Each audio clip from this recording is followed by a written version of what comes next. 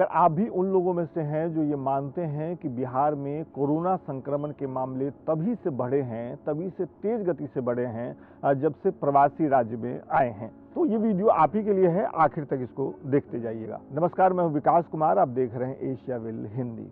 अब बिहार में पिछले कुछ समय से ऐसा माहौल बनाया जा रहा है और ये स्थापित करने की कोशिश हो रही है कि बिहार में कोरोना के संक्रमण तभी बढ़ने लगे, तभी तेज गति से बढ़ने लगे जब से प्रवासी मजदूर दूसरे राज्यों से बिहार में आने लगे। आपको भी लग रहा होगा कि इसमें गलत क्या है। जब अखबारों में जो छप रहा है, सरकारें जो कह रही हैं, अगर वो सही नहीं है तो क्या है, और उस पर विश्वास न करें तो किस बात पे विश्वास करें। यकीन मानिए कि अगर आपको लगता है कि सरकार जो तर्क दे रही है, अखबारों में जो प्रवासी मजदूरों को कोरोना के बढ़ते मामलों से जोड़ के छप रहा है, अगर उसमें आपका यकीन है तो आप जाने अनजाने एक दुष्चक्र का शिकार हो रहे हैं, एक दुष्चक्र में फंस रहे हैं।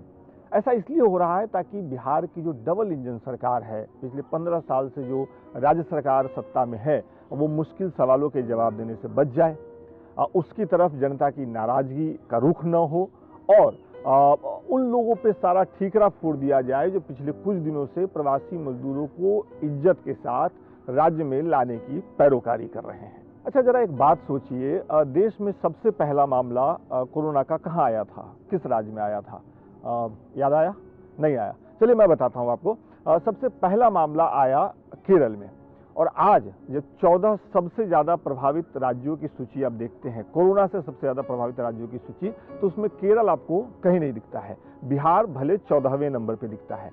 अब ऐसा कैसे हुआ कि जिस राज्य में कोरोना का सबसे पहला मामला मिला और जिस राज्य की बड़ी आबादी विदेशों में रहती है, खाड़ी देशों में रहती है, वहां कोरोना कम मामले हैं, लगभग 500 के करीब मामले हैं, और बिहार में हम 1000 छूने वाले हैं। ऐसा इसलिए हो पाया क्योंकि केरल में पब्लिक हेल्थ सिस्टम नाम की एक चीज है जो हमारे यहाँ नहीं है, ना के बराबर है, और सुनते हुए भी आश्चर्य लगता है कि अच्छा ये भी क्या चीज होती है। पब्लिक हेल्थ सिस्टम मतलब गांव से लेकर के और राज्य की राजधानी तक हर जगह अच्छे अच्छे सरकारी अस्पताल हैं, उसमें डॉक्टर मिलते हैं, नर्स मिलते हैं, दवाइयाँ मिलती हैं, और वो सिस्टम अच्छे से काम करता है। तो जब कोरोना जैसी बीमारी आई, इतनी तेजी से आई, तो केरल का जो ये सिस्टम है, पब्लिक हेल्थ सिस्टम, उसका फायदा राज्य को मिला। अब बिहार में चूंकि ये सिस्टम है नहीं, आज भी गिने चुने अस्पताल हैं बिहार में जहां पे कोरोना के जांच हो रहे हैं। 50 दिन बाद बिहार सरकार ये कह रही है कि हमें और जांच बढ़ाने चाहिए। तो इस वजह से सबसे बड़ी वजह यही है क्योंकि बिहार जैसे राज्य में ये सिस्टम नहीं है, और इस वजह से कोरोना से लड़ाई लड़ने में राज्य सरकार को दिक्कत आ रही है। नीति आयोग भारत सरकार की एक संस्था है जो हर साल पब्लिक हेल्थ के मामले में जो राज्य सबसे ऊपर है, सबसे नीचे है, उसकी एक लिस्ट जारी करता रहता है।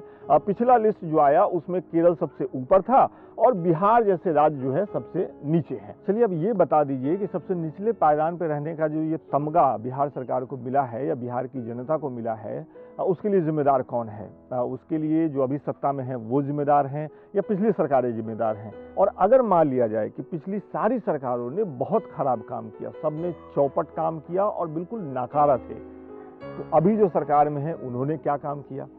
और उनके 15 साल में बाकी मोर्चों को अगर छोड़ भी दें तो बिहार में पब्लिक हेल्थ के मामले में क्या हो गया? नीतीश कुमार को और उनकी सरकार को ये बताना चाहिए कि आज 51 दिन बाद भी अगर बिहार में सबसे कम कोरोना के टेस्ट हो रहे हैं तो क्या उसके लिए भी प्रवासी मजदूर जिम्मेदार हैं? क्या उन्होंने ही बिहार सरकार का हाथ पकड़ रखा है कि नहीं नहीं साहब, टेस्ट कम किया कीजिए, टेस्ट बढ़ाने की जरूरत नहीं है? कोरोना को लेकर के दोष प्रवासी मजदूरों को दे रहे हैं आप, या सरकारें दे रही हैं, लेकिन याद कीजिए कि पिछले साल बिहार में चमकी बुखार की वजह से 100 से ज्यादा बच्चों की मौत हो गई थी। इसके लिए कौन से प्रवासी जिम्मेदार हैं? और इस साल भी अभी तक जब हम ये बात कर रहे हैं 4 से 5 बच्चों की मौत हो चुकी है। इसके लिए कौन से प्रवासी जिम्मेदार हैं? कहने का ये मतलब है कि राज्य सरकार बहुत चालाकी से आपको और हमें ये समझाने की कोशिश कर रही है कि हम तो सब कुछ कर रहे हैं, लेकिन बाहर से जो लोग आ रहे हैं और जिन लोगों ने इन मजदूरों को या प्रवासियों को बाहर से बुलाने की पैरोकारी की, असल में बिहार की जो स्थिति खराब हो रही है उसके लिए यही जिम्मेदार है। बिहार सरकार इस त्रासदी के वक्त ना सिर्फ प्रशासनिक मोर्चे पे फेल दिख रही है, बल्कि एक संवेदनशील सरकार कहलाने का मौका भी खो चुकी है, खोती जा रही है। बिहार की सरकार ने अपने राज्य के कमाऊ पूत जो कि मजदूर हैं, छोटे कामगार हैं या फिर छात्र हैं, उनको देश भर में अपनी स्थिति पे छोड़ दिया। आखिर तक उनको लाने के मामले में बिहार सरकार टाल मटोल करती रही और ले दे के कहने के लिए सिर्फ एक बात कि हम 1000 रुपया लोगों के अकाउंट में ट्रांसफर कर रहे हैं। अब नीतीश कुमार से कोई पूछे कि 1000 रुपया जिनको मिला, क्या वो भी 40 या 50 दिनों तक बिना कुछ काम किए खा सकते हैं, या बिहार से बाहर दूसरे शहरों में बिना किराया दिए हुए रह सकते हैं? और उनके रहने का ऐसा कोई इंतजाम बिहार सरकार ने किया था क्या? और नहीं किया तो वो राज्य में नहीं आएंगे तो जाएंगे कहाँ? उनका राज्य है, वो अपने राज्य में ही आएंगे, और उनके आने से अगर बीमारी बढ़ती है तो उससे निपटने का काम बिहार सरकार का है, और बिहार सरकार को उसके लिए पूरी तैयारी करनी चाहिए, इधर उधर की बात नहीं करनी चाहिए।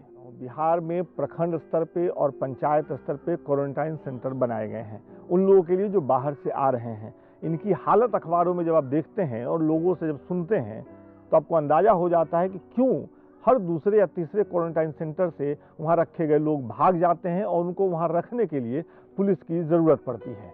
अब आप ये बताइए कि अगर क्वारंटाइन सेंटर को आप जेल में तब्दील कर देंगे, वहाँ बेसिक सुविधाएं नहीं देंगे, इस गर्मी में पंखे का इंतजाम नहीं होगा, उनको वक्त पे खाना नहीं मिलेगा, तो कौन वहाँ रुकेगा? लेकिन इन सारी कुव्यवस्थाओं का जिम्मेदार बिहार सरकार प्रवासी मजदूरों को और प्रवासी छात्रों को ठहरा रही है। अगर आपको ये बातचीत सही लगी हो, इस वीडियो में जो बातें कही गई हैं वो समझ में आई हैं, तो इस वीडियो को शेयर करते जाइए ताकि ये बात बिहार के और लोगों तक पहुँचे। और अगर आप असहमत हैं हमसे, अगर आपके पास कोई और तर्क है, कोई और तथ्य है, तो आपका स्वागत है। आप हमारे वीडियो में, जहां भी ये वीडियो आप देख रहे हैं, वहां कमेंट करके हमें इस बारे में बताइए। बहुत बहुत शुक्रिया।